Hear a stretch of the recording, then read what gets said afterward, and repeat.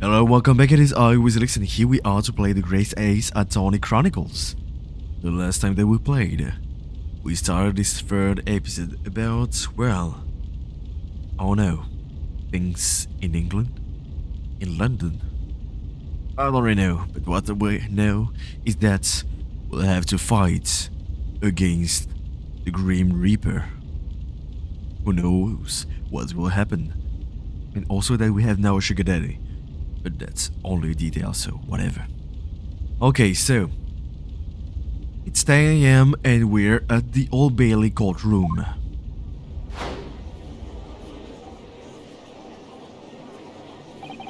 Are they witnesses or are they... I don't know. But this is the highest court in Great Britain, the Old Bailey. The centuries of history in this place is palpable, isn't it? It's so different to the Supreme Court in Japan. It feels both imposing and serene at the same time.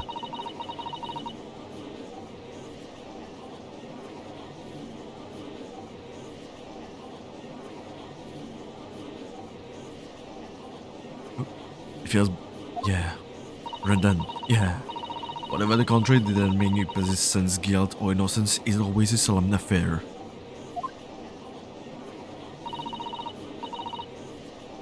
May I say something, Mr. Naruto? Oh yes, what? I don't mind. Oh, maybe he actually mind. Your eyes looks ready to pop out of your head again. I know, but I just can't help it.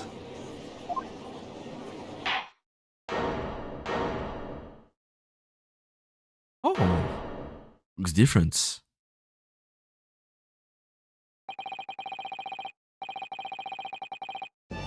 In the name of Her Majesty the Queen, I hereby declare this court to be in session. We're here today to determine the guilt or innocence of Mr. Magnus McGilded.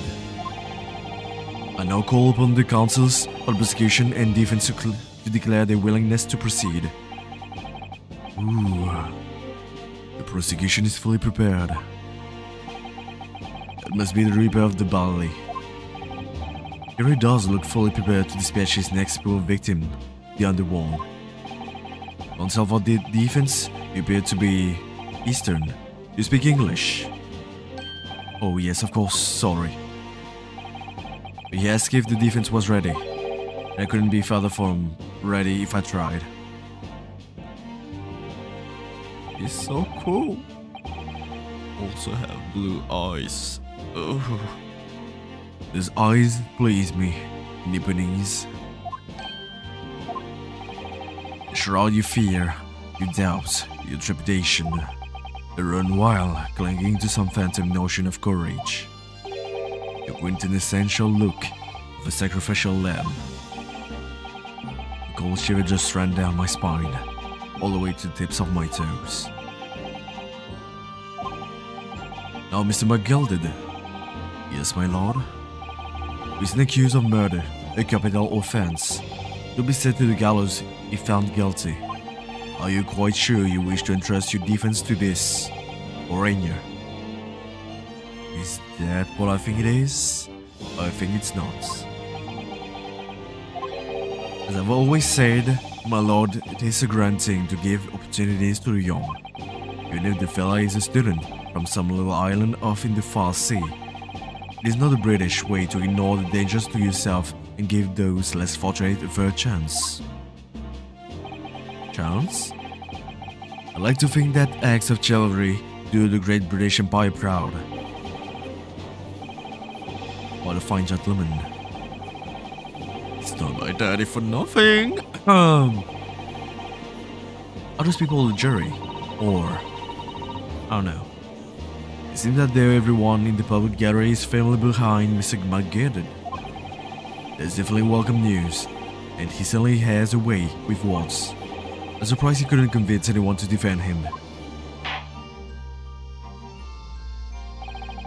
Eloquently put, Mr. McGilded, the most laudable sentiments. Now, ladies and gentlemen of the jury. Oh, they are. I'm sure I need hardly remind you. And you 6 members of the public have been selected for your impartiality. Are you ready to proceed? Juror number 1. Interesting, what do we have here? The desk is to send rotters to the gallows. Where they belong are more than ready. Maid? Noble and maid? Noble. Well, somewhat rich. In the manner his lordship always says we should dispose of rubbish promptly. That should all agree. A Lupin... kinda? Man? I don't know. And the criminals here will soon be wishing they never set eyes on me. Secretary? A sort of detective, I don't know. I feel chill. And a grammar. Oh, don't mind me, my dears, I'll just be getting on with my knitting. Knitting, indeed. Must finish this mitts for my grandson. Mr. Naruto, these people are the jury, yes. That's something we don't have in Japan yet. That's right, I've only ever read about it.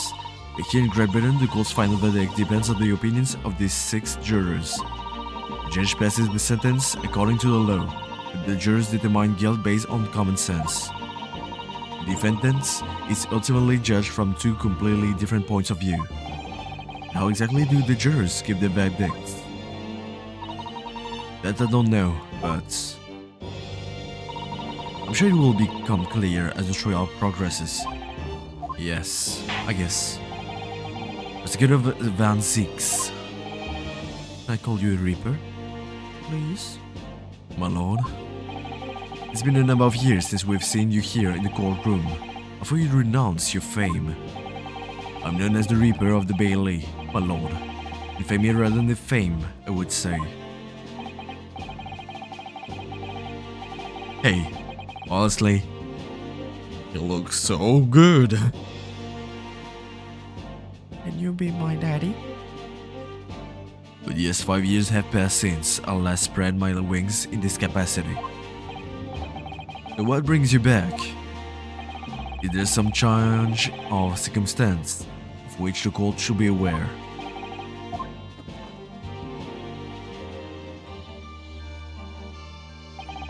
I'll leave that to your imagination, my lord.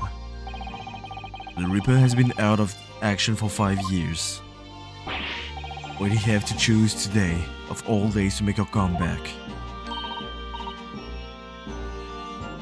Totally unrelated, but will Giselle Brad be here? Maybe not during this episode, but during this whole thing in London. I kinda want to, because in the end, we couldn't judge her totally. It might be good if we could do it. Like, officially, here, I don't know if she did anything other than murdering Watson. No, not Watson. Watson? Yes, Watson. I don't know. Don't lose heart, Mr. Naruto.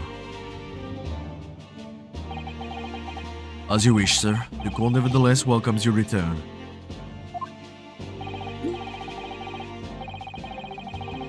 Now then, opening statements. I think a summary of the case, if you please. Generally, my lord, as your lordship is aware, it is a case of overwhelming simplicity. We must be the only ones in here who aren't aware. Which angles? Which one of them looks special? The incident took place in the late evening 3 days past. The hour was some minutes at 10. The victim was a maker of building bricks, known in the community as Price Fired Mason. Price something. He was a very accomplished craftsman. The bricks he fired were said to be almost indestructible. The victim's corpse was discovered in an omnibus in service of the streets of London at the time.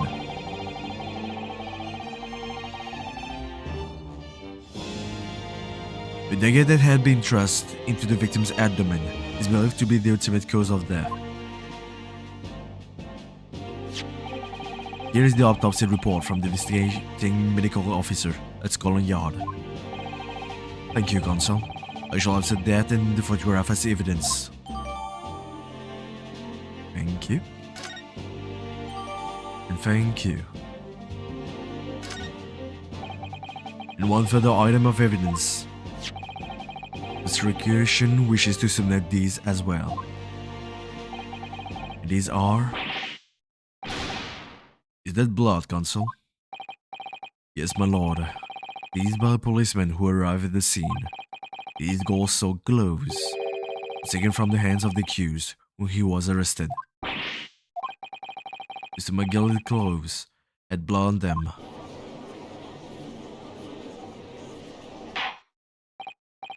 I will accept these as evidence as well.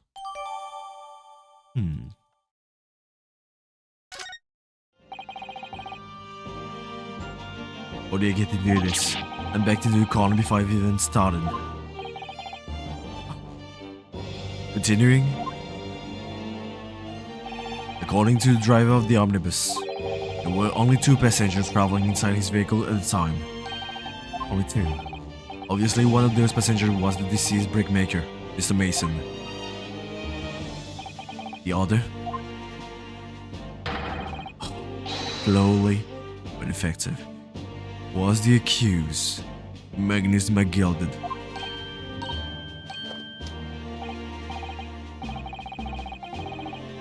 I wonder if maybe a jury will be the actual culprits.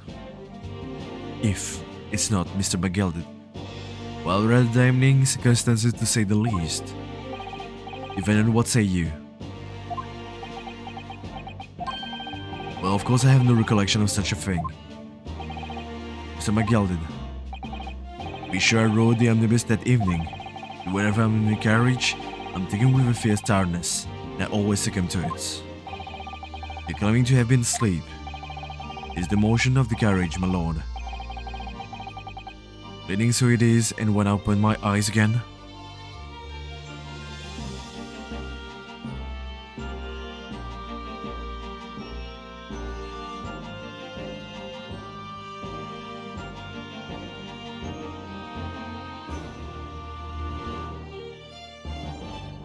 it's the motion of the carriage, my lord. Leaning so it is, and when I open my eyes again, it was a desperate sight before me. What if a man I never laid eyes on before in my life? In my life? In my life? My lord? English. I ask you, what good-hearted soul will rush to help a fella bleeding from his stomach? Was about to start worrying about my gloves now, was I? I reached out to give the man a hand. The blood got onto the gloves then after the man had been killed. Unfortunately, the statement of the drivers is only the beginning. Oh no. Oh. There were multiple witnesses. The precise moments at which the brickmaker was fatally stabbed.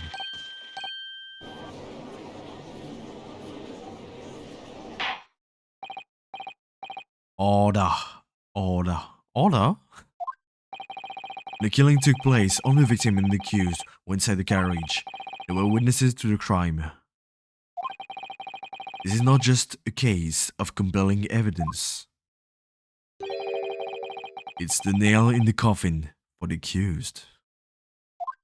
Cool.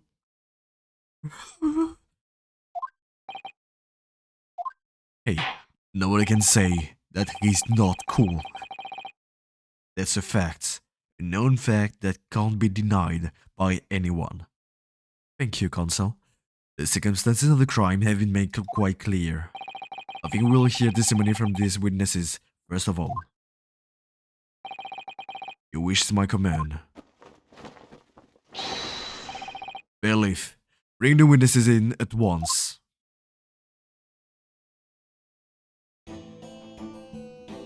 One, two, three. 3 witnesses. Witnesses, your name and occupations. My name is, well, everyone calls me Beep. Oh. I drive an omnibus in the East End. Bruce Fairplay. I'm a banker in the city. My name is First. Lady the First. Huh? Make hats for gents. Lady First.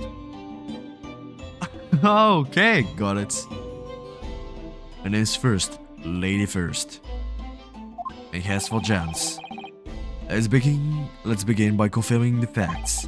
3 days ago, at the short time after 10 o'clock in the evening, all of you present in the stand were in an omnibus and witnessed to the aforementioned incidents.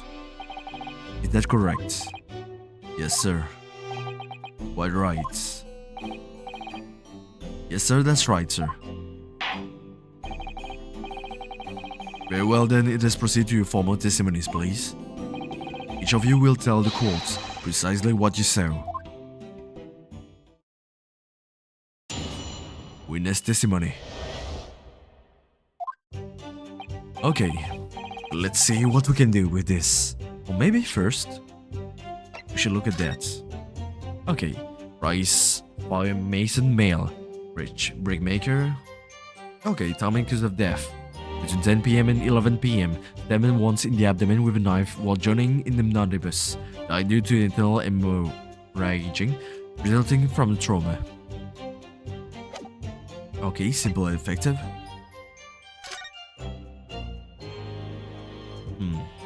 Got stabbed indeed, but we can also say that he actually lost the button here. Might be interesting to know that. Also, we can say that, well, his hat needed to be changed, probably. Anything interesting, expect that. Oh yeah, also the photograph is in color. That's good. A bit dirty. Whatever. Nothing particular here? I guess not yet. Okay, and let's see those gloves. Oh. 32. Oh. 52.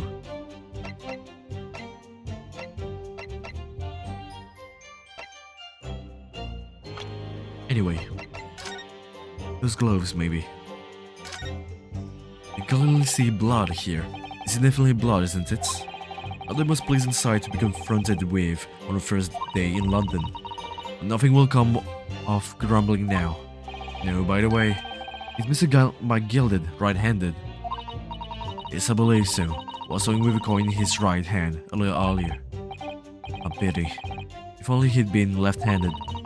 Seeing blood on either glove will be fairly incriminating, really. Nothing can be noted.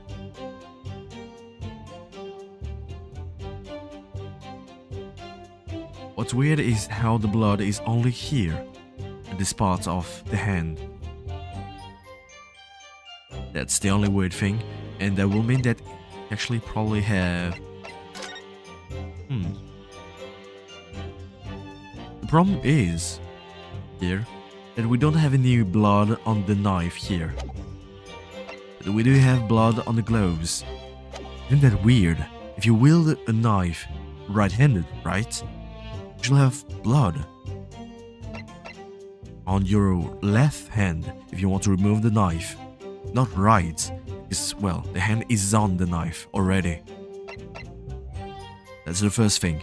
And if it's still stained by blood with a knife here, it will mean one thing. That it will mean that there's probably some blood that splattered. We say splat. Spill, not a spill, blood. Well, it will be a sort of explosion of blood. Then there will be some everywhere around this place. If it actually reached the glove. You get what I mean?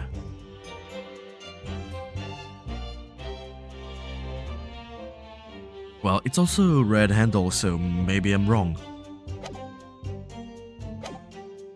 Okay. It was the last bus of the evening, so I had few customers. I remembered it well. The victim and the man accused of killing him were sat next to each other inside the bus. Then out of the blue, the accused just reached over and plunged his knife right into his guts. That's right, he stabbed him. I screamed I did. Couldn't help it. As soon as I heard the scream, I stopped my bus and then I saw it too.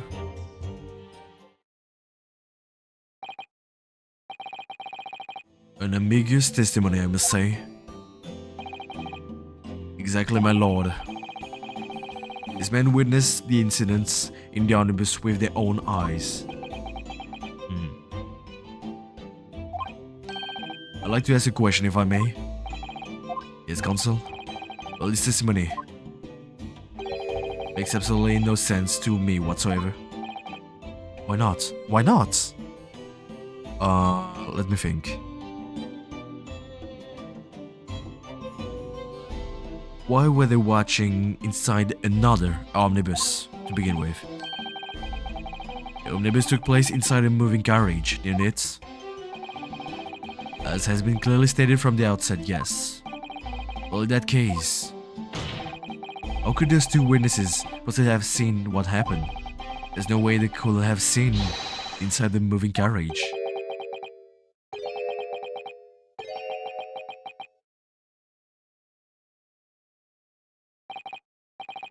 Oh, Queens. Read that civilization in the Eastern Islands nations was a good century behind our own. But you're here in London yourself, you're really so ignorant about our omnibuses. Tell me, my Nipponese friend, have you even traveled in an omnibus? Well, no. Only arrived in London this morning. No matter. I've arranged for us all to see for ourselves the actual scene of the crime, that is. What do you mean, the actual scene? How? The carriage is designed to be moved, after all. Presumably you understand that much. I mean that you bring it here?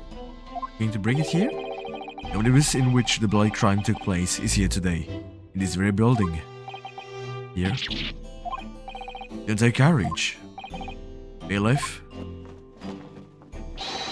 Bring forward the stricken omnibus. Is there a scar on his face? That's an omnibus. The omnibus. I can't believe they could bring something so enormous in here. Great Britain's courtrooms are amazing. It looks like a scar, yeah. You can see the omnibus is pulled by 2 horses and can carry up to 8 passengers. Interesting. All passengers seated inside the enclosed cabin, and another 4 on the rooftop deck above. Where Londoners know that the best views of the city architecture and sight are to be had from the top of an omnibus. I should point out to a foreigner guest that there is a skylight in the roof, allowing a view of the interior from the seats above. Penny drops at last, I see. These 2 gentlemen were occupying the rooftop seats on this omnibus when the murder took place. That is how they came to witness the crime incident. Though the skylight. That makes perfect sense, so it's actually the same omnibus. You weren't clear. Not a fault. Well, consider this the first. In all my years behind the bench, I've never experienced the crime scene itself being brought into the courtroom. Bro. There are a number of important clues remaining inside the carriage, my lord. I would like to submit the omnibus itself as evidence. That is the prosecution's wish. Oh, it's so cool.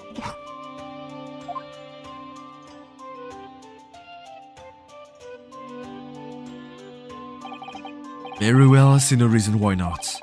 The omnibus is hereby formally accepted as evidence. I can't believe it. Yet the crime scene entered as evidence. Yes, Great Britain is simply extraordinary. I will help myself a lot by giving that omnibus a thorough examination, seeing as it's here. Is that a hint?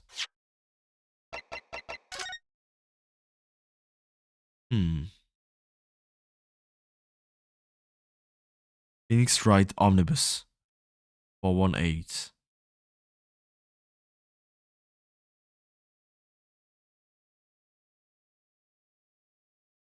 Hmm. Anything that could be interesting?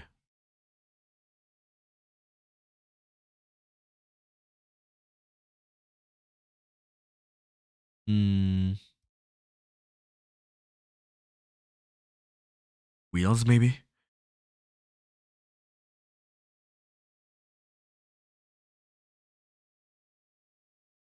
Seats? I guess.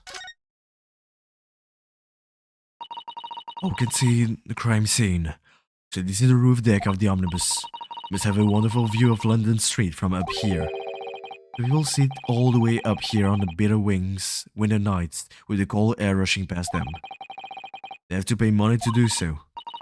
I can imagine how cold it must feel. It just made me think of something horrible.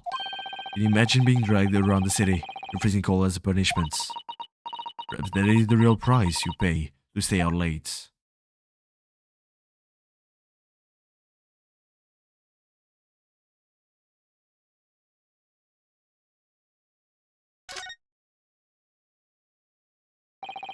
You can certainly see inside the carriage through this opening, that's for sure.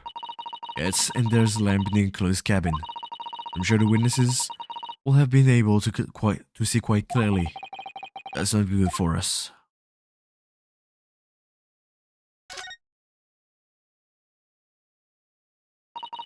Well, let's open the door and go inside, shall we?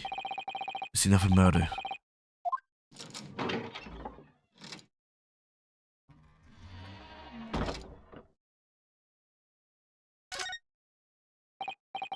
It's a poster for the great exhibition that's due to start 6 months from now. There's a lot of focus being drawn to the Crystal Tower, the centerpiece of the whole exposition. My nose. Okay, I'm good. I'm good.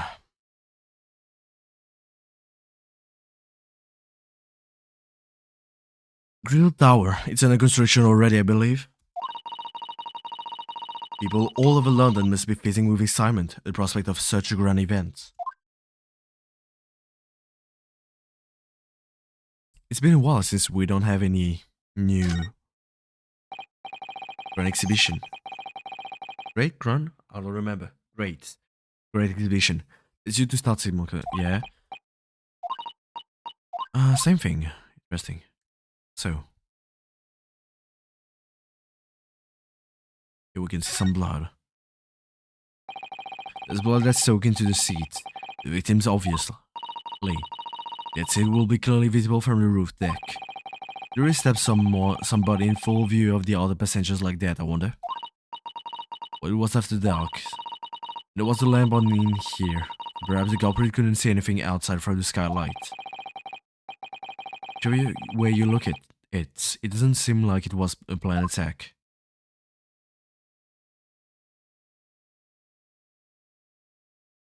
Hmm.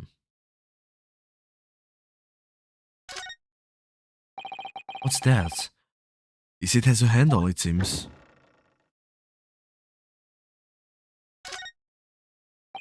This looks like all sorts of equipment that might be needed to keep the omnibus running. Feeding tubes, tools to repair wheels, blankets, horseshoeing tools. The storage compartments for the coachman to keep his things, it seems. Doesn't seem to be any space for passengers to stow their luggage, for sure. Well, I don't imagine it will be very convenient for that purpose anyway.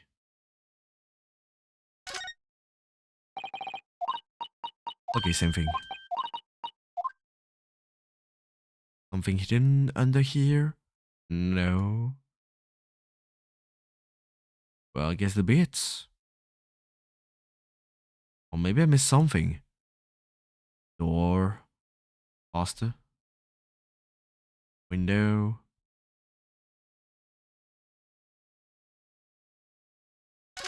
Window. I don't know. With a large skylight. Well, large enough to afford a good view into the cabin from the roof deck. There doesn't appear to be any handle or catch of any description. I suppose it can be opened from inside the cabin at least. Well, I guess that's it. Let's just continue with proceeding, then your cross-examination, counsel. Pray don't expect this Nibonese stray to understand intricacies of a British court's cross-examination rights.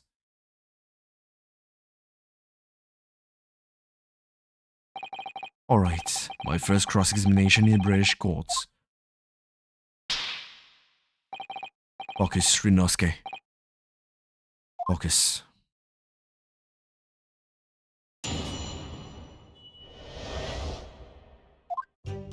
The win is so. Okay. I had a few customers I remembered well.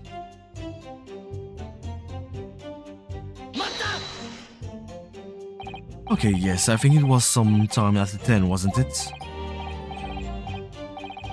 Oh yes, sir, that's right. Ever so cold, it was, sir, freezing in fact. And you had 4 passengers on board at the time, is that correct? Yes, that's right, sir.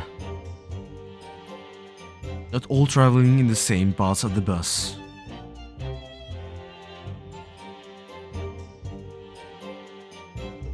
Of course, though. There were no other passenger when the incident took place. The one alighted, for example. No reaction, no need. You're quite right with that, sir. No other passenger like that, no. No one.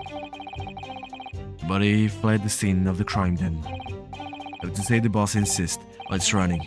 He does every evening. Every evening, the last bus of the day. But I do wonder sometimes if it's altogether worthwhile. Sorry to say. What do you mean by that? Well, what with it being so cold and everything, and only making 20 pence on the run, you see? I spent that much on the pub. At the pub. On the way home. Just trying to warm up again. The victim and the man accused of killing him were sat next to each other inside the bus. You saw them through the skylight in the roof of the carriage, right? That's right. But sit up on the top deck. The window's right there at your feet. Yeah, exactly. There was a lamp on the inside, so I had a pretty good view. The 2 of them were wearing hats and I couldn't exactly make out their faces. Wait, what? There's not a shred of doubt in my mind that it was Mr. McGilded. How can you be so sure? Well, how can I put it politely? Mr. McGilded is a gentleman of rather small stature. You wouldn't have mistaken him for anyone else. Let's not forget that when the vehicle came to a halt, the only people inside the enclosed cabin, well, this is Mr. Mason and McGilded. And Mr. McGilded. There's no room of doubt here.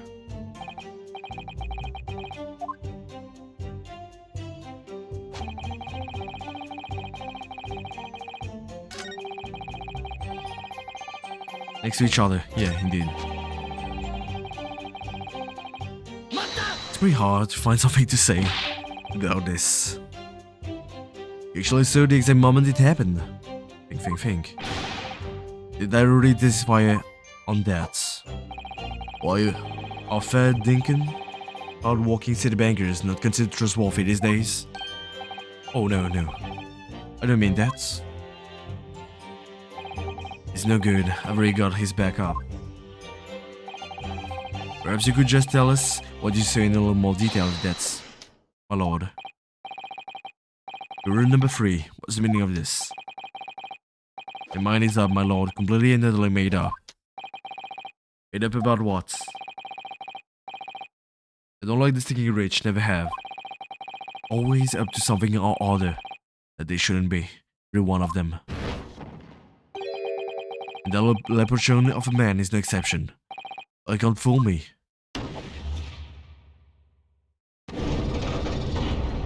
What the hell is that? There's no point in wasting time listening to any more of this. There's my opinion on the matter anyway.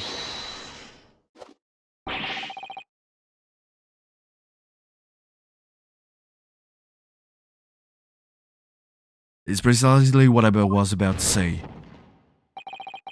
As the foreman of the jury, it's my duty to set a good example to my fellow jurors. Oh no. What is happening here? Let me see. It seems that's how the members of the jury give their verdicts. With fire? Apparently yes. White for innocent and black for guilty. As the same members of the jury make up their minds about the case, one by one they each cast a ball of fire into the great scales of justice, as we saw a moment ago. If those enormous scales that fall completely to the black side, does that mean... Let's do our very best to make sure that doesn't happen. But nearly half of them already decided. Nearly. Very well, the court acknowledged the change in the jury stance. Counsel for the defense, please continue with your cross-examination. This is a nightmare. You stabbed him and screamed. I did. Couldn't help it. You stabbed him, you say, and you were sitting up on the roof deck, were you? Yeah, that's right, I was up on the roof seat. I was seeing the little gent sitting next to the fellow that was stabbed. I've been thinking about the new head design, you see, or just gazing absent-mindedly around. Then, I happened to look down through the skylight. It was sticking right out from his belly. That huge great knife. Wait, what the? Wait a minute? A green sight indeed. Didn't help me at all. Wait a minute. They look like they're even more convinced my clients did it than they were before. It appears to have made everyone even more dubious that Mr. McGill is telling the truth. Only we had some evidence to counter their suspicions. Mr. First. Yes, sir? Is this the knife? Oh. You saw. Good grief, yes, that's it. The very one, sir. Is it that? Is the blade that was driven into the victim's belly, like a stake through the heart? It is a blade of considerable size, Counsel. It is, and furthermore, the stab out is emblazoned prominently with an initial, a little M, which seems oddly familiar.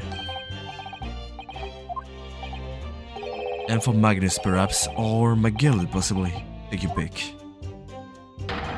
It seems this particular big name in London made a magnificent mistake.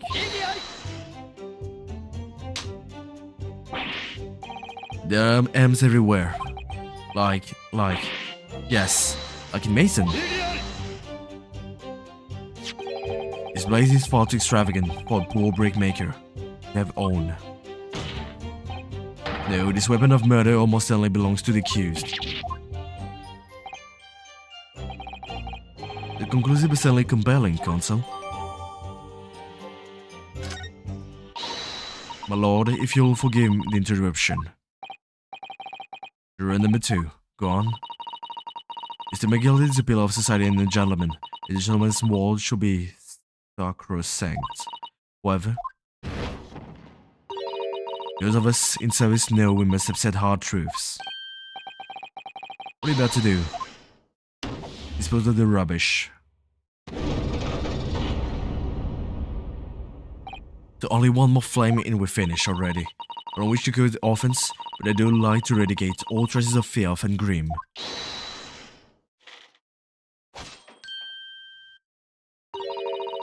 I've painstakingly typed every word uttered here today and cross-referenced all the facts. As such, I'm now in position to draw the only logical conclusion.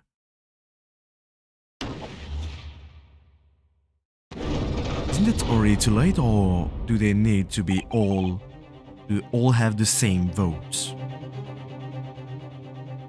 Not again. There's 4 out of 6 jury members who've proposed a guilty verdict.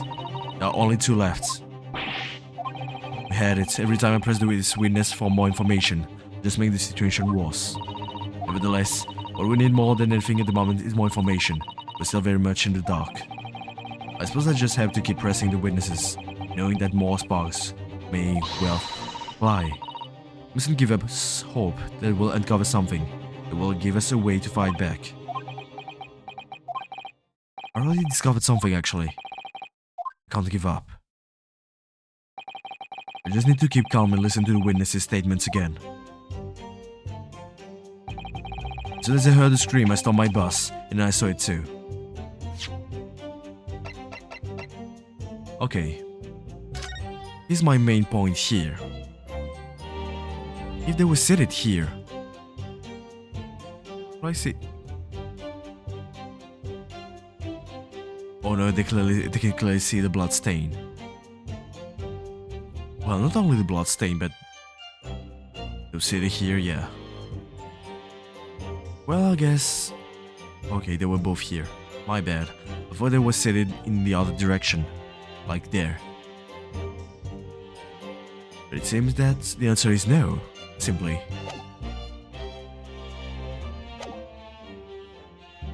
Okay, the last testimony. Part of this testimony. What exactly do you see? Well, so there will be the passenger, sir. Collapsed on the floor he was. And by the passenger, obviously, you're referring to the victim, Mr. Mason, the brickmaker. And then the other passenger had that knife in his hand. Like this. By the other passenger, you're referring to the accused, Mr. Magnus McGeldon. Plunge it down like this, stabbing the other passenger in the belly.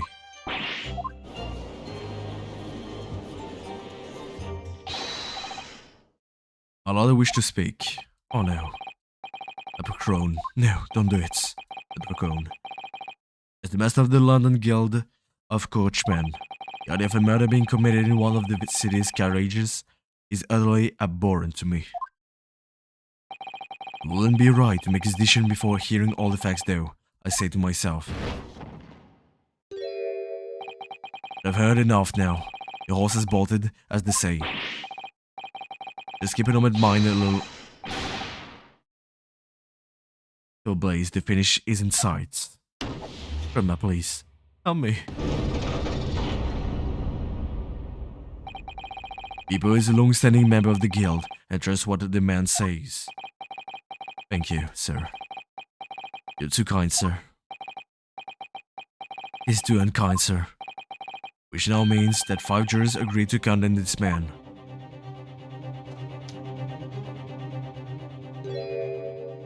Go on, Ned, please. Please? Madam Juror number 6. Yes, dear? What can I do for you? No. You've heard the testimonies of the witnesses in the stand. Oh yes, I certainly have. I got my hearing, you know. Then pray tell, why are you yet to pronounce your learning? Your leaning? Well, the other thing is, I'm a creature of habit, me. I always go to the park around this time of day and sit on a nice bench and get on with my knitting. There's a lovely little park just near where I live. McGill Park, it's called. The gentleman donated it to the city, you know. It put a smile on their faces, he said. I can imagine such a fine young gentleman who would have it in him to take another man's life. He's always doing wonderful things for the city. That's right, a man like that wouldn't stab into someone, surely. Or then maybe we go to the McGill Public Library later and borrow some more books. Oh, also a library. How many Londoners live with their heads in the clouds? You people don't know. What kind of a man Magnus McGeldon really is. What kind of a man he is. The philanthropist Magnus McGeldon. Enough wealth to purchase the entire city he claims to value so highly. But where did all that wealth come from? The client is a Sherlock, sir, and one with the very darkest of soul.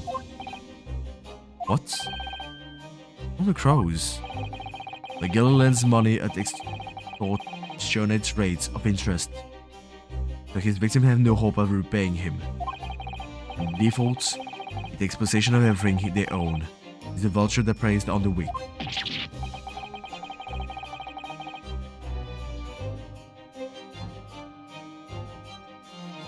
Is he? I've never heard any mention of that before.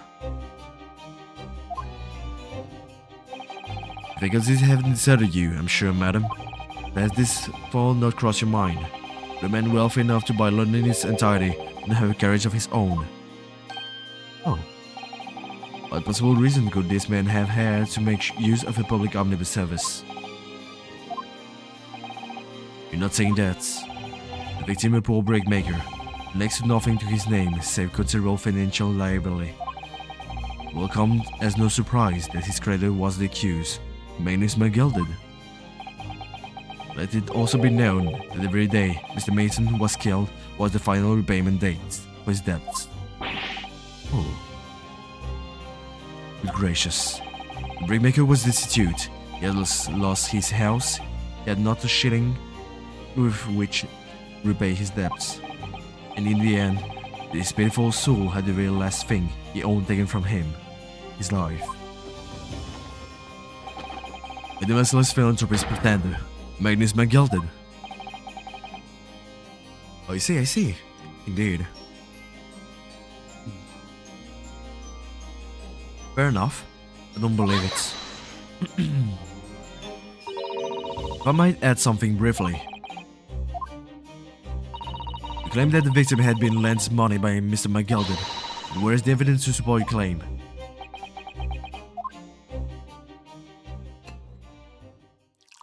What?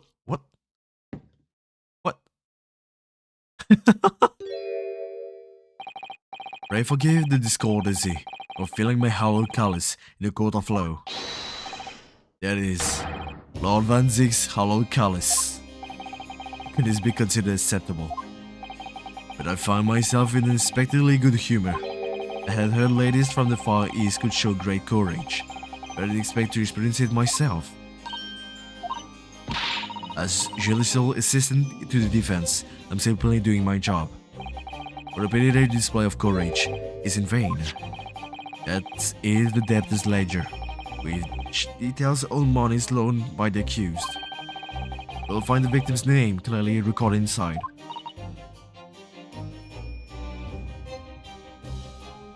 Uh-oh. Allow me to present this ledger as evidence. I guess we'll have to use this. We can. And pray forgive the discourtesy of raising my callous in a toast to the enigmatic East at the same time. Well. I'm guessing that we're in a pretty bad, not shape. Situation. We're glad to accept this new evidence. On 20 guineas.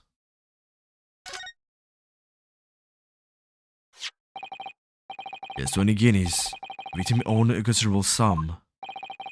The accused made quite certain he had ample recompense.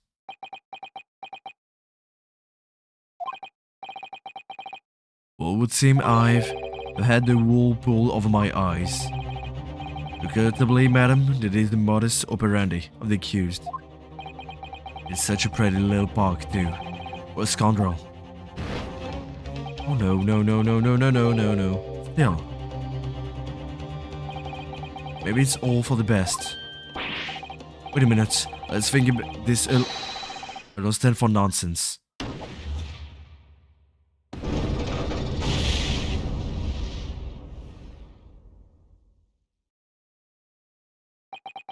Well, it's already finished. Well, thank you very much, and too bad we lost. Game over, it is. Was it the Lazarus decision?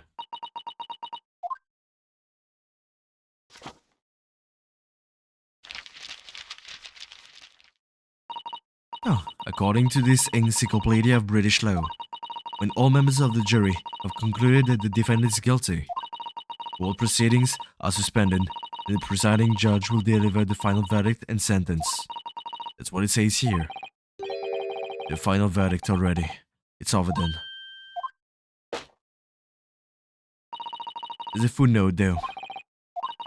However, the defense. All six members, we can do something. All six members of the jury are now in agreement in this case. Okay, let me see something. Where's the knife? Is there anything that we can see? Horse. Where's the horse?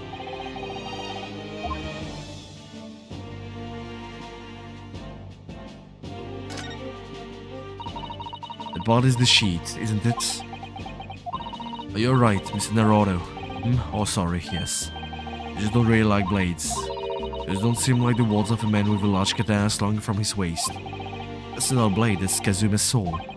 Anyway, there's no sense in delaying it. Let's see what the blaze looks like.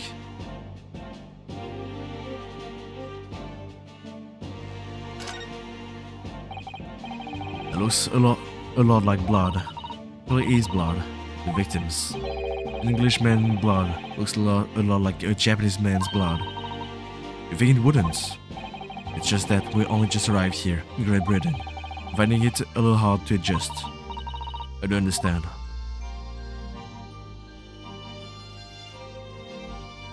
Yeah, with the big M. Oh no, can we find something here?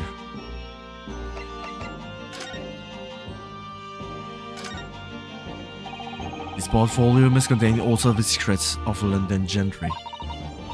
Do you really think we all look inside? Well, it's not as though we know any of London's gentry personally, is it? Apart from great detective friend, perhaps. Actually, I wonder.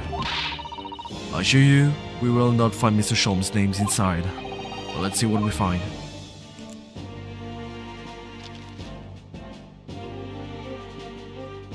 Nothing interesting here. All the same thing. It's crammed full of gentlemen's names, isn't it? I suppose they're probably not all gentlemen at all, are they? After all, not everyone in this country is well off. Goodness, what is it? Look at this. You see the name here. Bruce Fair Play. That means something to me. It does sound strangely familiar, actually. Witness testifying at this very moment. Oh yes, of course, the banker. Why is his name in here? Borrowed 20 guineas, did he? Payment date is fast approaching. Possible that it is just a coincidence, of course. This could be very useful information.